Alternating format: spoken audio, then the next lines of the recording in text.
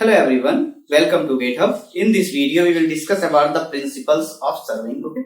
In our previous video, we have discussed about the basics of the surveying and the definition of surveying and what are the relative positions, what is the horizontal distance, what is the vertical distance, what is horizontal alignment, horizontal angle or horizontal distance. Okay. We have covered all these things in our previous video. We have also covered the difference between the plane surveying and the geodetic surveying and what are the criteria by which we can say that it is a plane surveying or it is a geodetic surveying. Okay, in this video we will discuss about the principle of surveying. Okay, please subscribe my channel for more updates. Okay, please subscribe. Okay, तो चलिए सबसे पहले हम यहाँ पे देखते हैं to work. पहला इसमें जो हमारा प्रिंसिपल है to work from whole to part. ठीक है, बट हम इसको यहाँ पे एग्जाम्पल के थ्रू समझेंगे ताकि आपको अच्छे से ये जो चीजें हैं इन दोनों में जो डिफरेंस है वो आपको पता चलेगा।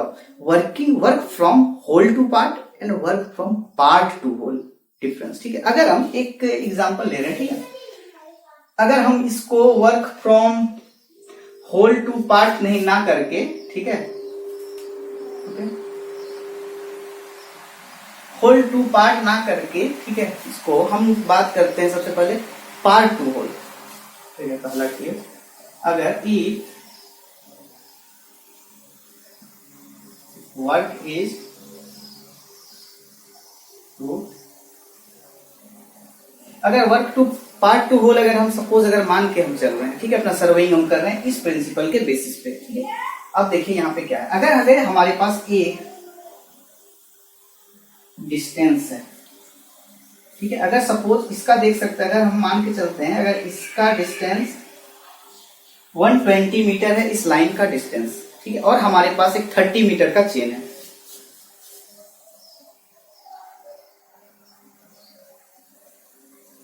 अगर 30 मीटर का हमारे पास यहाँ पे चेन है, ठीक है, तो क्या हम 30 मीटर के चेन से क्या एक बार में हम 120 डिस्टेंस मेजर कर सकते हैं? Obviously not. ठीक है, देन हमको क्या करना पड़ेगा, यहाँ पे हम 30 करके हम उसको 4 बार में उसको हम मेजर कर लेंगे। ठीक है, इसका सपोज ये पॉइंट P है,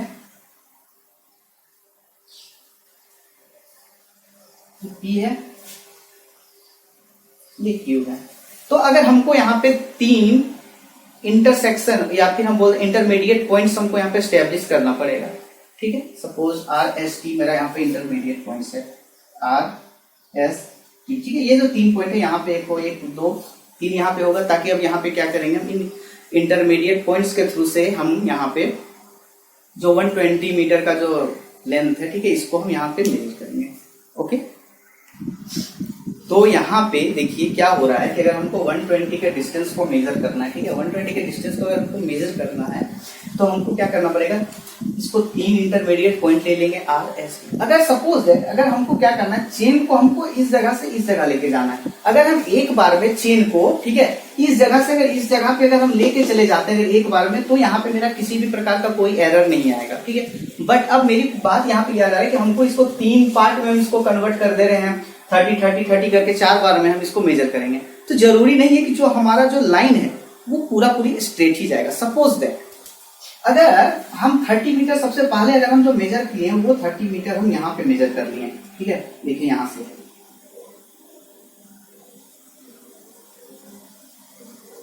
ठीक, यहाँ पे अगर हम 30 का मेजर कर लिए, ठीक है, 30 मैंने यहाँ पे अगर मेरा लाइन तो यहाँ होना चाहिए था ये पॉइंट, बट मेरा गलती से अगर किसी कारण से पॉइंट मेरा यहाँ पे चला गया, ठीक है, यानी हम इस तरीके से ना जाके हम ऐसे चले गए, हमारे यहाँ पे कुछ एरर यहाँ पे आएगा। ठीक है, कुछ तो यहाँ पे सपोज दैट एरर हमको यहाँ पे मिलेगा। ठीक है, तो ये मेरा पॉइंट यहाँ पे क्या हो गया, R'।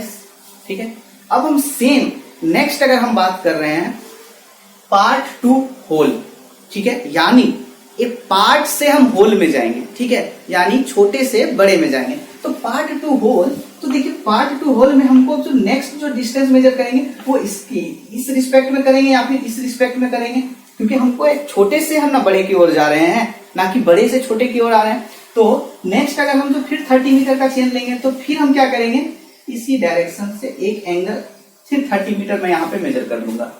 ठीक है, तो यहाँ पे R था, ये पॉइंट अब देखिए यहाँ होना चाहिए था, तो ये पॉइंट मेरा यहाँ चला आया। ठीक है, पी आर, तो यहाँ पे क्या हो गया एस डैश, ठीक है। 30 मैंने यहाँ मेजर कर लिया, 30 मैंने यहाँ मेजर कर लिया, 30 मीटर का चेन है तो 2 चेन लेंथ यहाँ पे मेरा इतना हो चुका, ठीक है। अब नेक्स्ट हम क्या करेंगे, फिर नेक्स्ट हमको क्या करना है, मेजर करना है 30 मीटर। तो फिर यहाँ पे जो हम 30 मीटर का जो चेन लेंगे, फिर हम यहाँ पे सेट करेंगे, फिर हम यहाँ पे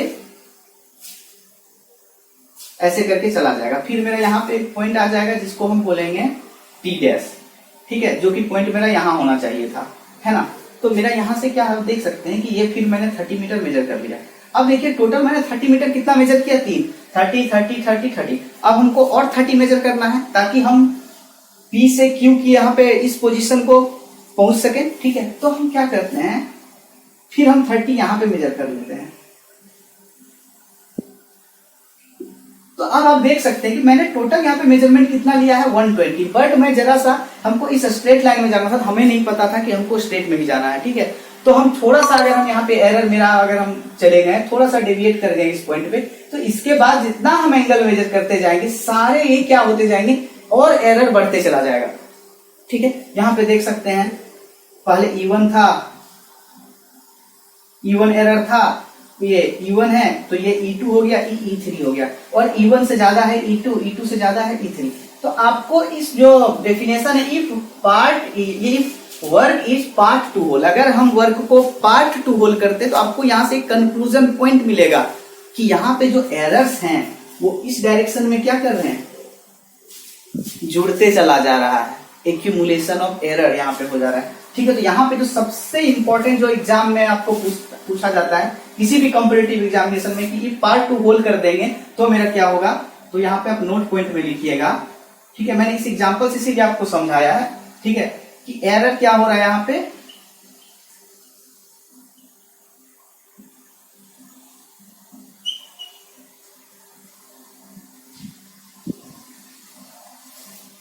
एक्यूमुलेशन ऑफ यहाँ पे आपका एरर हो जा रहा है, ठीक है। यानी एरर जो भी है ये वेरी वेरी वेरी इंपॉर्टेंट है कि अगर हम work from part to whole कर रहे हैं तो यहाँ पे जो मेरा एरर का होगा वो क्या हो जाएगा, मेरा एक्यूमुलेशन ऑफ द एरर, यानी सारे एरर्स क्या होंगे, जुड़ते चला जाएगा, ठीक है।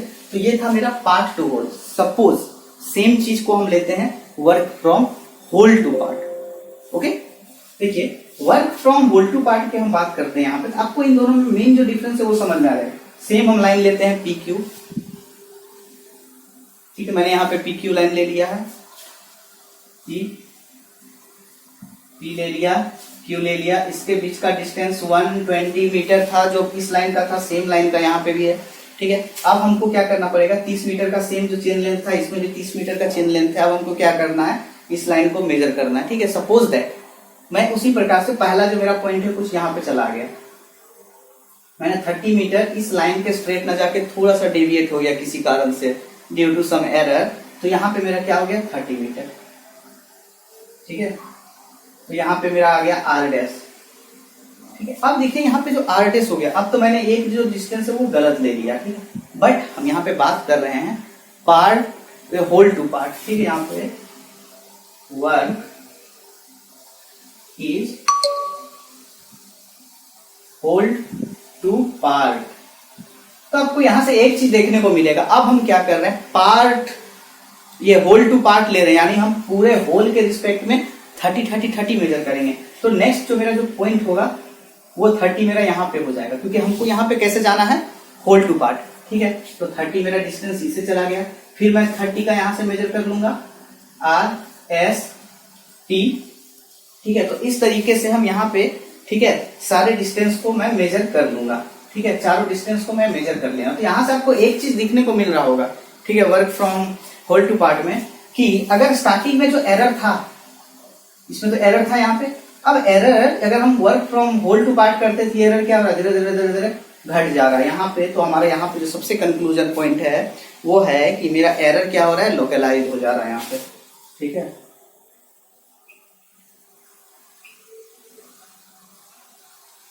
ठीक है, यहाँ पे अगर हम एक छोटा सा अगर मेरा एरर है तो अगर हम पार्ट टू होल में जाएंगे तो वो एरर धीरे धीरे बढ़ता चला जाएगा। बट जब हम बात करेंगे वर्क होल टू पार्ट में क्या होगा, अगर मेरा कोई छोटा सा एरर भी आ जा रहा है तो वो आगे हम मेजरमेंट करते करते क्या होगा, वो जो एरर है उसको बढ़ेगा नहीं बल्कि वो और ज्यादा घट जाएगा। तो error is localise, very very very important.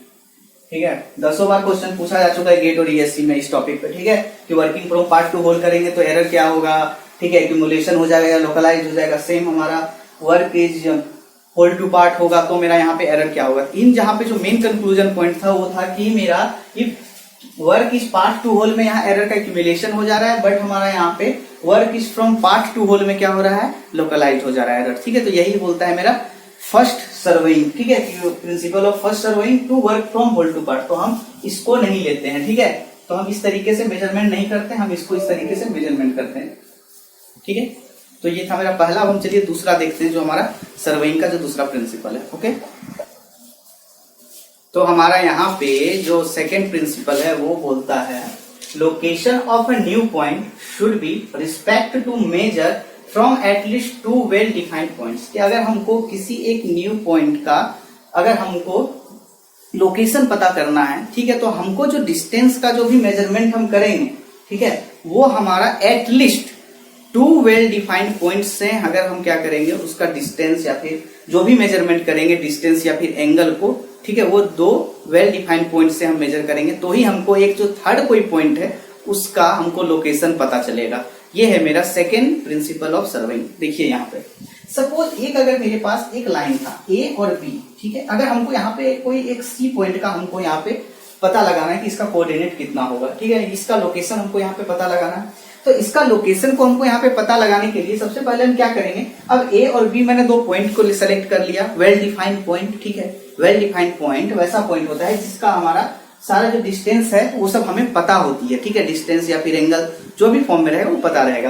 यानी कोई मेरा ए और बी 2 पॉइंट्स है। अब देखिए ए और बी के बीच का हम अगर डिस्टेंस टेप्स के साथ हम थ्रू से मेजर कर लेते हैं, ठीक है, तो उसका डिस्टेंस एल आ गया। अब हम क्या करेंगे, अगर हमको इस सी पॉइंट को मेजर करना है तो पहला चीज क्या करेंगे कि हम यहाँ से एक एंगल पे हम क्या करेंगे, एक लाइन ड्रॉ कर देंगे, सी से मीट करवा देंगे। ठीक है, यानी और इसके ए पॉइंट से सी पॉइंट के बीच का डिस्टेंस मेजर कर लेंगे। ये पहला पॉइंट हुआ। दूसरा चीज, अगर मैं एंगल को यहाँ पे मेजर कर लेता हूँ, ये एंगल को, ठीक है, तो एंगल को मेजर करने से हमको यहाँ पे 2 वेल डिफाइंड पॉइंट से हम क्या करेंगे, सी को डिफाइन कर देंगे। यानी यहाँ पे देखिए L1 और थीटा के थ्रू से यहाँ सी का जो कोऑर्डिनेट हो जाएगा that is theta and L1, first one. Second one हम क्या कर सकते हैं कि अगर ये मेरा 2 वेल, ये हमारा ए और बी 2 पॉइंट है, हमको यहाँ पे सी का निकालना है पॉइंट। ठीक है, इसका लोकेशन कैसे फाइंड आउट करेंगे, तो हमारे पास यहाँ पे 2 ऑप्शन है। पहला क्या करेंगे, एक आर्क हम लेंगे, ठीक है, और सी पॉइंट को कट करवा देंगे इस पॉइंट से, और एक आर्क लेंगे इस पॉइंट से सी को कट करवा देंगे। ठीक है, अब हमको क्या है, यहाँ दोनों तो हम कट करवा दिए, अब हम इन दोनों के बीच में एंगल को मेजर कर लेंगे। ठीक है, इस स्ट्रेट लाइन से इस जो सी पॉइंट के जो 2 लाइन जाएंगे उसको हम मेजर कर लेंगे AC और BC से। ठीक है, तो यहाँ पे देखिए जो हम θ1 और θ2 को मेजर करके हम सी को डिफाइन कर सकते हैं, लोकेशन पता लगा सकते हैं। तो यहाँ पे जो मेरा सी पॉइंट हो जाएगा वो हो जाएगा θ1 एंड θ2। ठीक है, तो ये तो 2 तरीका हुआ। थर्ड तरीका हम क्या करते हैं कि अगर ये मेरा 2 पॉइंट्स है, अगर हमको सी का लोकेशन निकालना है तो हम सिंपली क्या करेंगे, इस पॉइंट से इस पॉइंट को जोड़ देंगे, इस पॉइंट से इस पॉइंट को जोड़ देंगे, इन दोनों के बीच में फिक्स पॉइंट हो गया तो फिक्स पॉइंट हो गया। तो हम यहाँ पे क्या करेंगे, डिस्टेंस का मेजरमेंट कर लेंगे। ठीक है, चेन के थ्रू से, तो चेन के थ्रू से मैंने L1 मेजर कर लिया, यहाँ पे L2 मैंने मेजर कर लिया। ठीक है, अब देखिए जो सी का यहाँ पे जो मेरा कोऑर्डिनेट हो जाएगा वो हो जाएगा मेरा L1 L2। ठीक है, तो यहाँ से देख सकते हैं सी का लोकेशन कैसे पता कर पा रहे हैं। फोर्थ हमारा है, अगर ए बी मेरा पॉइंट था, अगर हमको सी का लोकेशन पता करना है तो हम सी के थ्रू से यहाँ पे क्या करेंगे, परपेंडिकुलर लाइन ड्रॉ कर देंगे। नंबर 1 परपेंडिकुलर लाइन ड्रॉ कर देंगे तो हमको पता चल जाएगा सी पॉइंट से इस पॉइंट के बीच में, ठीक है, कि कितना यहाँ पे डिस्टेंस हमको मतलब मेजर करके पता चल गया। L1 सपोज डिस्टेंस है और इस पॉइंट से इसके बीच का जो डिस्टेंस है वो L2 है। ठीक है, तो यहाँ पे जो मेरा सी का कोऑर्डिनेट क्या हो जाएगा, सी हो जाएगा L1 एंड L2। बट यहाँ पे एक जो केसेस है कि ये जो L1 एंड L2 जो डिस्टेंस है बोथ आर परपेंडिकुलर, दोनों परपेंडिकुलर होना चाहिए तभी हम इस चीज को यूज कर सकते हैं। ठीक है, तो ये था मेरा 2 प्रिंसिपल ऑफ सर्वेइंग। पहला था to work from part to whole, ये होल टू पार्ट। ठीक है, तो उसमें देख रहे थे अगर हम पार्ट टू होल ले रहे थे तो वहां पे एरर का क्या हो जा रहा था, एक्यूमुलेशन हो रहा था। यानी छोटा अगर हम डेविएशन अगर हमको मिलता है उसके बाद हम मेजर करने लगेंगे जितने भी मेजरमेंट्स, वो हमको डेविएशन बढ़ता चला जाएगा। नंबर 1। दूसरा चीज, अगर हम होल टू पार्ट करेंगे तो जो भी मेरा एरर था वो क्या था, लोकलाइज होता था, जो कि काफी इंपॉर्टेंट है। ठीक है, प्रीवियस ईयर में काफी बार यहाँ से क्वेश्चन पूछा गया है स्टेटमेंट के फॉर्म में। ठीक है, पहला चीज हो गया। दूसरा चीज हो गया कि हमारा अगर किसी भी एक अननोन पॉइंट का अगर हमको लोकेशन फाइंड आउट करनी है तो हमें एटलीस्ट जो भी हम उसमें मेजरमेंट यूज करेंगे वो एटलीस्ट 2 हमारा वेल डिफाइंड पॉइंट्स होना चाहिए जिसके थ्रू से हम मेजरमेंट करेंगे। तो ये था मेरा दूसरा पार्ट्स भी आपका प्रिंसिपल ऑफ सर्वेइंग। ठीक है, आई होप यहाँ तक आपको क्लियर हो गया होगा। ठीक है, मैं नेक्स्ट वीडियोज में टाइप्स ऑफ सर्वेइंग के ऊपर बात करूंगा। ठीक है, जहां से ईएससी में एक क्वेश्चन वहां से पूछता है। ठीक है, 14-15 टाइप के यहाँ पे सर्वेइंग है, डिफरेंट मेथड्स के बेसिस पे, डिफरेंट इंस्ट्रूमेंट्स के बेसिस पे, ठीक है, नेचर के बेसिस पे। तो उसके ऊपर मैं नेक्स्ट वीडियो में मैं कवर करूंगा। ठीक है, so be continue with this channel and please don't forget to subscribe my channel. Please subscribe and support it. Thank you very much.